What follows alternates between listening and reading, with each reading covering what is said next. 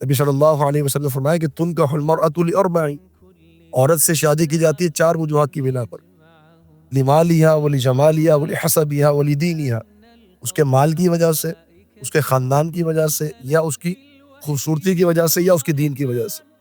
اور فاظفر بذات الدین، اے میرے صحابی دیندار عورت کو اختیار کرو، کامیاب ہو جاؤ گے۔ کہ جب تعلق قائم کیا جائے تو اس وقت یہ دعا پڑھی جائے کہ بسم اللہ اللہم جنبنا الشیطان وجنب الشیطان ما رزقتنا، اللہ کے نام کے ساتھ اے اللہ تو ہمیں بھی شیطان سے محفوظ فرما، اور ہماری جو اولاد جو تو ہمیں عطا فرما اس کو بھی شیطان سے محفوظ فرما۔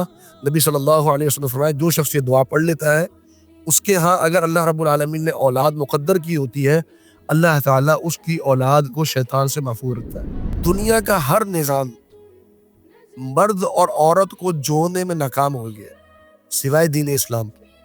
اسی لیے آج اگر آپ ریسرچ پیپر اٹھا کے دیکھیں گے تو آپ کو معلوم ہوگا کہ جو ڈائیورس کی شرح ہے، جو ریشو ہے ڈائیورس کا، جو پوری دنیا میں ہے، وہ مسلمانوں میں سب سے کم ہے۔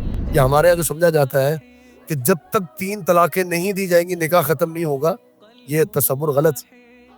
اگر 1 طلاق دے دے اور بیوی کے 3 ایام گزر جائیں، یعنی 3 مہینے گزر جائیں، تو نکاح ختم ہو جاتا ہے۔